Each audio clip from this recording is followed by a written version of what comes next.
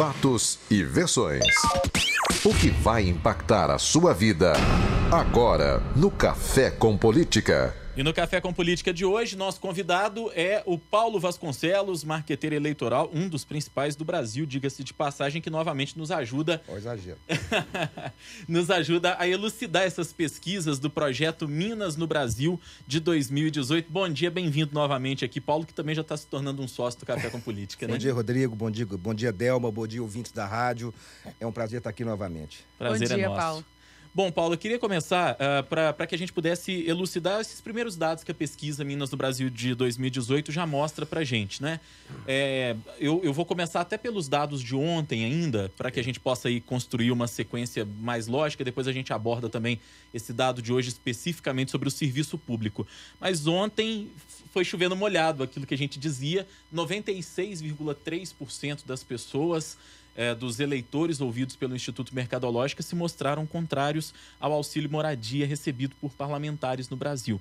Eu te pergunto o seguinte, do ponto de vista até do marketing eleitoral, da estratégia política mesmo, o que é que os candidatos, o que é que quem está pensando em ir para Brasília agora em 2018 deve apresentar ao eleitor se quiser não entrar nessa cota de ódio aí que acabam entrando muitas vezes? Eu acho que a atual política é a grande responsável por essa, digamos, distorção da realidade. É necessário se fazer um espelhamento com a iniciativa privada para se dizer se isso é muito ou pouco, ou relevante ou não é relevante. O importante é que, na iniciativa privada, quando se vai montar uma equipe, qualquer empresário, né, se esforça, dentro do seu orçamento, dentro das suas limitações, para contratar os melhores profissionais possíveis, imaginando que isso vai dar o melhor resultado possível ao negócio que ele está empreendendo.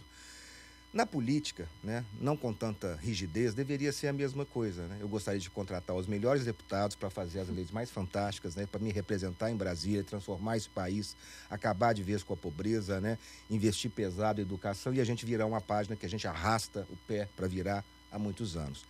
Portanto, esse novo candidato, esse novo político que pretende chegar lá, ele tem uma responsabilidade enorme de resgatar a imagem da política.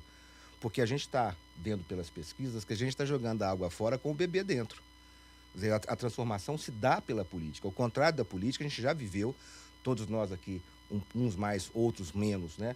Soubemos do que foi a ditadura nesse país e, portanto, a gente não pode imaginar fazer as coisas fora da política, né? A gente tem exemplos de fora do país que demonstram que isso não é legal. Também não podemos imaginar que a classe política seja uma classe de privilegiados, né? Distante da realidade brasileira. Agora, não dá para imaginar, e eu vi isso na pesquisa e me chamou muito a atenção, que se as pessoas estivessem sentadas lá, 57% delas diriam que não abririam mão de nenhum benefício. Portanto, o que existe na sociedade é uma confusão, uma incompreensão do papel desses auxílios, que no fundo, deveriam ser transparentes, claros, e dizer para a sociedade, olha, um sujeito quando vai para Brasília, ele precisa alugar um apartamento, ele precisa, né, visitar suas bases eleitorais, ele tem que ter um custo para exercer a função.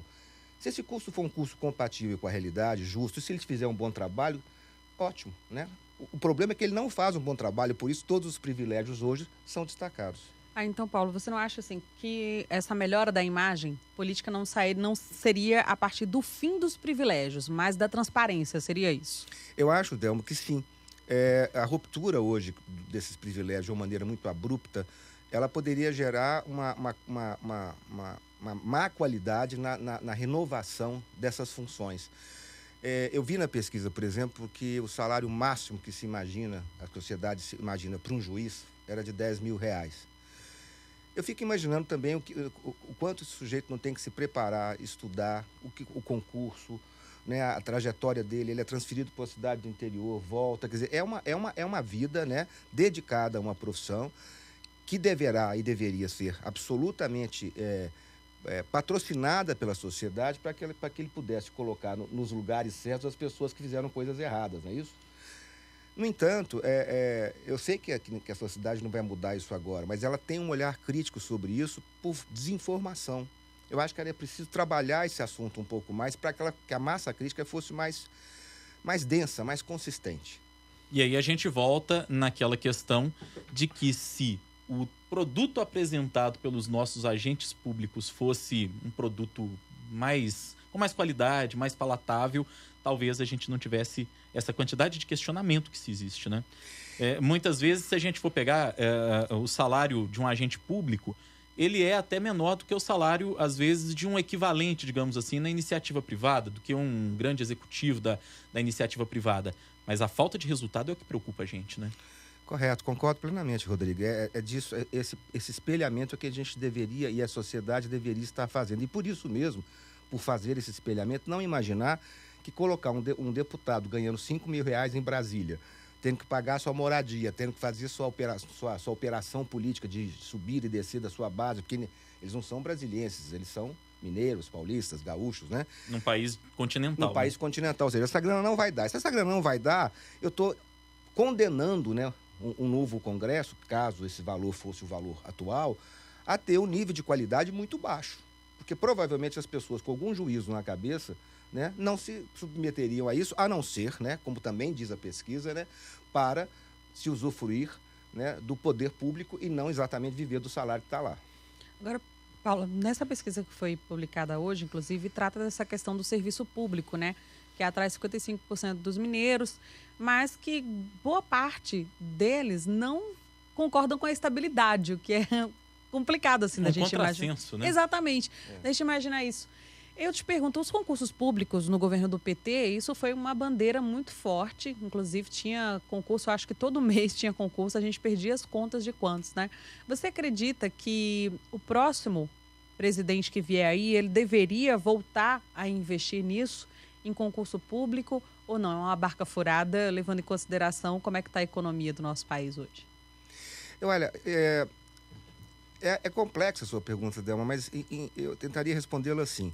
Nós todos temos um desconforto relativamente alto quando a gente paga impostos. O que a gente espera é que o Estado nos dê de volta uma prestação de serviço de qualidade. Para isso exige, né, renovação, contratação, aparelhamento físico, né, e humano dos órgãos de Estado. Portanto, tem que ter concurso. A questão da estabilidade, ela se deve muito mais ao patrulhamento político, ou seja, você não pode submeter um funcionário público à vontade daquele governante que eventualmente esteja ocupando um cargo de direção, de comando na vida dele. Isso geraria um caos, né? Você sobe um candidato tucano, demite o petista, sobe o petista, demite o tucano.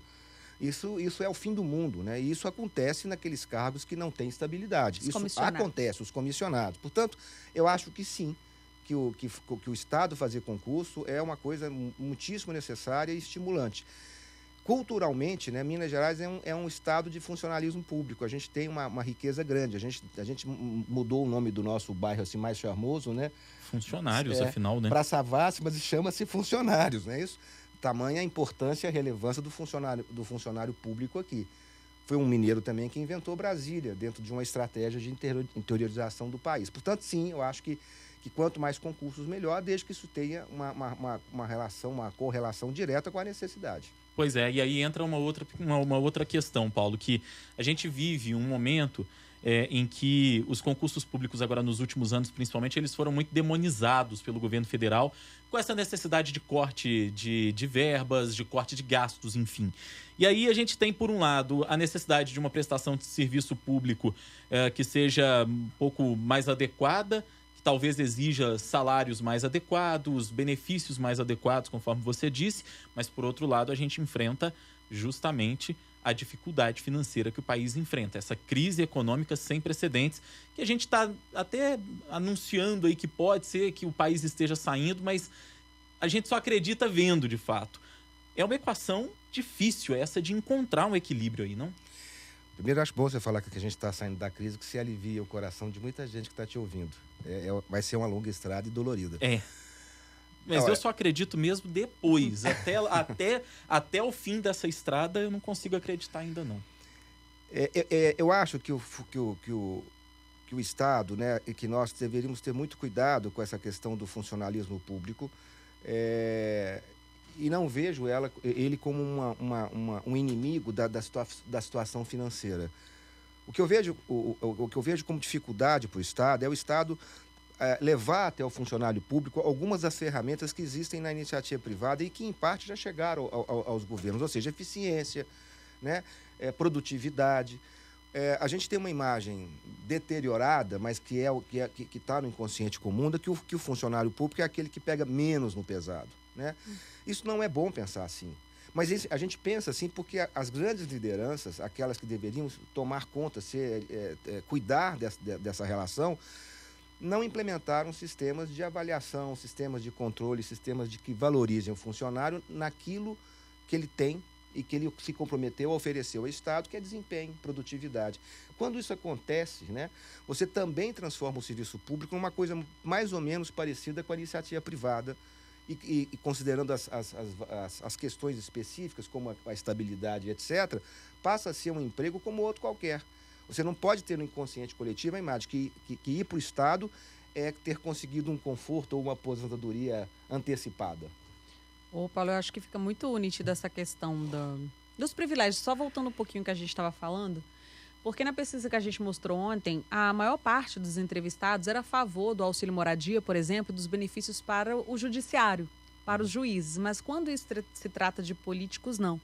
Então, voltando àquela questão da melhora da imagem que você citou, que o próximo presidente ele vai ter que se preocupar muito com a melhora da imagem política, além dessa questão da transparência nos privilégios, o que você poderia apontar mais? Porque vai ser muito difícil, é uma tarefa muito difícil, porque hoje em dia as pessoas generalizam muito, político não presta. As pessoas hoje em dia não conseguem fazer uma diferenciação. É o quê? Você acha que as pessoas não acompanham bem a falta de informação ainda? Porque os veículos de comunicação estão aí mostrando quem faz, quem não faz, né? Quem deixa de fazer, quem apronta, quem não apronta. Então, além dessa questão dos privilégios, o que é que você poderia citar que poderia ser aí um recurso desse novo político que vai assumir para melhorar a imagem da nossa classe política? O que a gente tem visto no cenário atual, né, seja aqui em Minas, seja fora de Minas, a gente comentou isso na oportunidade que vocês me convidaram para estar aqui a primeira vez, é que a sociedade política, de maneira geral, precisa ser menos politicamente correta. Os políticos que estão fazendo sucesso hoje, estão chegando ao coração das pessoas, eles são os não políticos, né? Você vê o desempenho do prefeito Alexandre Calil, mas como candidato, eu participei da construção do projeto. Alexandre tinha 26 segundos de TV, mas um discurso completamente apolítico. Eu não faço aqui juízo de valor do desempenho do prefeito, até porque não estamos aqui hoje para falar disso, o que não quer dizer que eu não admire o trabalho dele. É só para dizer que no discurso apolítico ele chegou onde chegou. Bolsonaro, no cenário nacional, também faz um discurso não politicamente correto, né? É preciso falar com franqueza as coisas. O político precisa parar de ser vaselina, de varrer as coisas para debaixo do tapete. É isso que está gerando uma grande insegurança, né? A gente está precisando de liderança, de gente que tenha coragem de dizer o que tem que ser dito, de botar o dedo. E às vezes botar o dedo, toma uma porrada assim, às vezes você, Delma, pode discordar e faz uma crítica hoje, você, Rodrigo, mas daqui a 2, 3, 4 dias, e é um papel de vocês mesmos, realinhar um pensamento, rever uma posição ou recolocar uma questão na mesa, porque é assim que a gente cresce. E ao menos ele pode ser respeitado por ser coerente também, exatamente, por ter opinião de fato, né? Agora, não essa coisa vasilhando do sujeito que senta aqui e pergunta, você é a favor do aborto? Aí fica uma conversa mole, ninguém anda com ela. Qual que é a sua prioridade de educação? Eu escuto isso desde que eu trabalho nessa área. É interessante você falar isso, Paulo, porque o Paulo, marqueteiro eleitoral, como você disse, dos melhores no país. Eu trabalhei em campanhas eleitorais no passado, como repórter, como apresentadora e tal, e isso que você está falando em relação ao perfil que o candidato tem que apresentar, é completamente contra o que a gente ouvia lá atrás, que se pegava um candidato, tirava toda a verdade que existia nele. Em que sentido? Montava ali um boneco para apresentar para a população. O que você está falando aí é o oposto hoje em dia. E aí eu até complemento essa questão que a Delma está colocando, que não seria o anti-marketing, digamos assim, esse marketing pasteurizado com o qual a gente se acostumou nos últimos anos, e aí a gente entra na sua especialidade até. Veja, eu acho que sim, Rodrigo, é uma provocação bacana. A gente conversou aqui, e eu até produzi um artigo sobre isso, de que no caso da campanha eleitoral, por exemplo, a gente também jogou água fora com o bebê dentro, ou seja, a campanha só tem 35 dias, nos outros países é muito mais longa, a gente falou disso na última entrevista. É exatamente disso que a gente está falando, né? A gente precisa entender para que a coisa serve, que sentido ela tem, para depois construir uma crítica ou tirar ou colocar aquilo na mesa. E o que você falou, Delma, é verdade, quer dizer, os discursos eram completamente pasteurizados, né? E eram pasteurizados porque você conseguia ter outros tipos de informações, né, de alegorias, né, que ajudavam a tornar mais palatável o outro candidato. Mas isso também insisto nisso, é um reflexo da sociedade. Porque tanto nós aqui hoje estamos tratando de uma pesquisa, onde a gente foi lá perguntar para as pessoas o que elas pensam, como nós, na nossa profissão, também vamos perguntar para as pessoas o que elas gostariam de ver. O que está ali na tela é o que as pessoas disseram que querem ver. O que está acontecendo hoje é que o político mais corajoso, aquele que talvez tenha um outro olhar sobre a cena, ele começa a colocar na mesa questões polêmicas e pela ausência de polêmica, pela ausência de coragem, eles têm brilhado. Um pouquinho antes da entrevista, agora eu não me recordo bem se foi antes da entrevista ou se foi no início, o Rodrigo falava sobre essa... Não, foi com a chamada do Paulo. Falava que existe um pouco de hipocrisia, assim, talvez, porque as pessoas, ao mesmo tempo que elas defendem um serviço público, elas dizem que não são a favor da estabilidade, quer dizer, mas quando não estão lá, porque uma vez que chega no cargo, tudo que quer é estabilidade. Então você diria que há realmente um pouco de hipocrisia, tipo, a população também tem que mudar o comportamento dela? Tipo assim, enquanto não é comigo, eu estou criticando se é o outro que está fazendo. Você vê isso? Você acha que a pesquisa reflete isso? Olha, você mexe com um dos valores que eu passei para os meus filhos que eu adoro. Minha professora primária, no 4º ano, Dona Luci, no Instituto de Educação, ela parava meia hora antes da aula terminar e lia jornal. Ela lia jornal. E quando ela não lia jornal, ela lia Monteiro Lobato. Então as duas coisas me apaixonei por ela, tanto o jornal quanto o Monteiro Lobato. Eu não sinto isso na sociedade hoje. Quer dizer, a moçada que está aí precisa começar a ler e a fazer massa crítica. Ela não pode pensar com a opinião da Delma, do Paulo e do Rodrigo. Ela tem que pensar com a opinião dela. Claro que você contribui, claro que essa entrevista acrescenta, mas ela deveria ter massa crítica para encontrar o ponto médio. Isso, é nisso que eu acredito. É claro que ela vai sofrer influência de todos os lados, mas uma influência fundamental é a informação.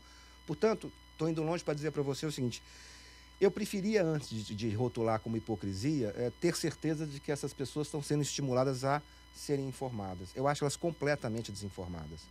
E mesmo num país em que a gente hoje tem veículos de comunicação tão abertos, a gente tem aqui... Vou citar até como exemplo esse espaço de debate que a gente tem aqui diariamente, que é o Café com Política. Fonte de informação tem. Fonte de informação, mas as pessoas não querem se informar. Dá para dizer isso, Paulo, mesmo diante dessa parafernália tecnológica que a gente tem, né? O cidadão hoje se informa aqui pelo celular o tempo todo. A gente aqui apresentando o jornal recebe informação, muitas vezes, que a gente lê na tela do smartphone. Eu gosto de uma brincadeira que eu queria muito ver as pessoas uma semana sem celular, como é que elas iam se informar.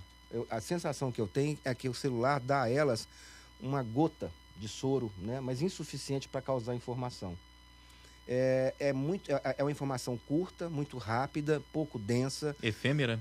E às vezes muito contaminada. Ontem eu vi uma peça, vocês devem ter visto, muito interessante, dizendo que olha a chuva em BH, era uma nuvem densa. Sim, que não pesada. Era um vídeo e o falso. Tempo desmentiu na capa do site, né? Era um vídeo falso de um evento que aconteceu em Tucson, nos Texas, em 2015, 8 de agosto, que é o meu aniversário, que não tinha nada a ver com BH, mas aquilo viralizou como sendo BH. Por que eu estou pegando esse exemplo, digamos, menos robusto?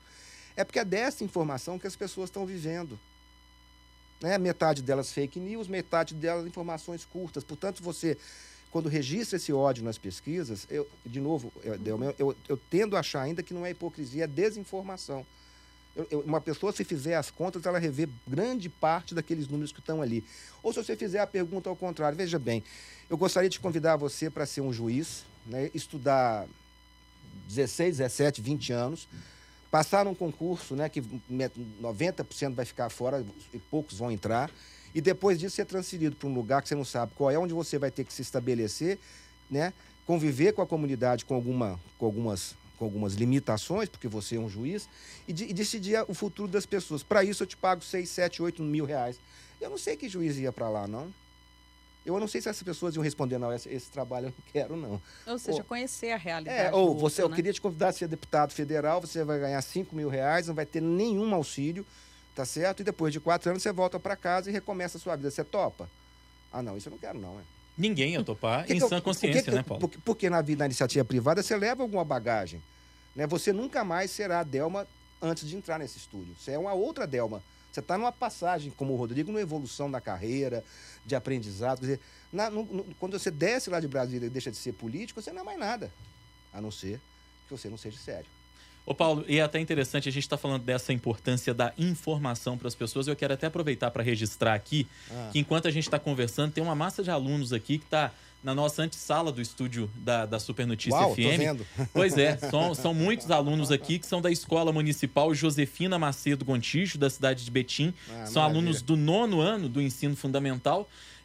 São capitaneados aí pelos professores Jackson Wagner e Vânia Martins. Aproveitar para agradecer vocês aí que estão nos acompanhando nessa manhã aqui na Super Notícia FM e estão se informando, estão aproveitando para se informarem, né, junto conosco aqui nessa construção coletiva que é fundamental, principalmente para vocês, moçada, que estão começando agora e que certamente vão tentar fazer um futuro melhor para esse país, que é justamente sobre isso que a gente está dizendo. Domine aqui, né? o mundo, sejam bem informados. Exatamente. Agora, ô Paulo, você falava dessa dicotomia, a gente está até já caminhando para o final da entrevista, mas você ainda dá tempo da gente levantar essa bola. Você falava dessa dicotomia, do sujeito que defende, por exemplo, eu tenho o sonho de ser servidor público, mas enquanto eu não sou servidor público, eu não defendo, por exemplo, a estabilidade. Isso representa um pouco também daquele sentimento de que a gente tem, muitas vezes, de criticar a corrupção lá em Brasília, né? Tudo isso que a gente noticia no dia a dia, mas se esquecer que aqui embaixo a corrupção começa pequenininha, quando você fura fila, quando você estaciona na vaga para idoso, nessas coisas pequenas do dia a dia. Legal você falar isso. Hoje está acontecendo no Paraná um julgamento muito simbólico de um sujeito de família rica que dirigia, se não me engano, alcoolizado numa via de 60 km por hora. Ele trombou e matou 2 pessoas porque ele dirigia a 130 e há 7 anos esse processo está aí se arrastando e para ser julgado. Eu acho que até ontem a gente sentava nessa mesa para justamente noticiar o dia a dia e era um pouco essa mazela da sociedade. Era um assalto, era um estupro, é um acidente, é um caso ou outro de corrupção, mas no conjunto, né, você tinha uma sociedade espelhada no jornalismo. Há uma excessiva concentração da política, porque a gente vive uma desilusão, porque destamparam, né, uma tampa que ninguém queria mexer nela, existia uma certa até hipocrisia nisso, né, e a sociedade, então, fica chocada com o que está vendo. Passados, né, os primeiros tempos disso aí, você começa a ter uma ressaca, né? Quer dizer, aquilo que era isso não é bem isso, aquilo que era aquilo não é bem aquilo, né? Hoje a PGR está revendo delações porque elas não condizem com a verdade, por aí vai. Mas isso tudo trouxe um país, botou a classe política em cima da mesa, numa berlinda terrível. E como o resultado que eles apresentam até agora na avaliação da sociedade é insatisfatório, aí então a coisa fica pior. É assim que vejo esse momento. Paulo Vasconcelos, marqueteiro eleitoral, nosso convidado de hoje aqui no Café com Política, não só eleitoral, diga-se de passagem, mas é um estudioso da área da política e por isso a gente traz o Paulo aqui mais uma vez para falar a respeito desse assunto e da pesquisa Minas no Brasil de 2018. Muito obrigado pela sua entrevista, pela sua visita novamente. Sucesso para você, Paulo. Obrigado, Rodrigo. Obrigado, Delma. Obrigado, ouvintes. É muito bom estar aqui.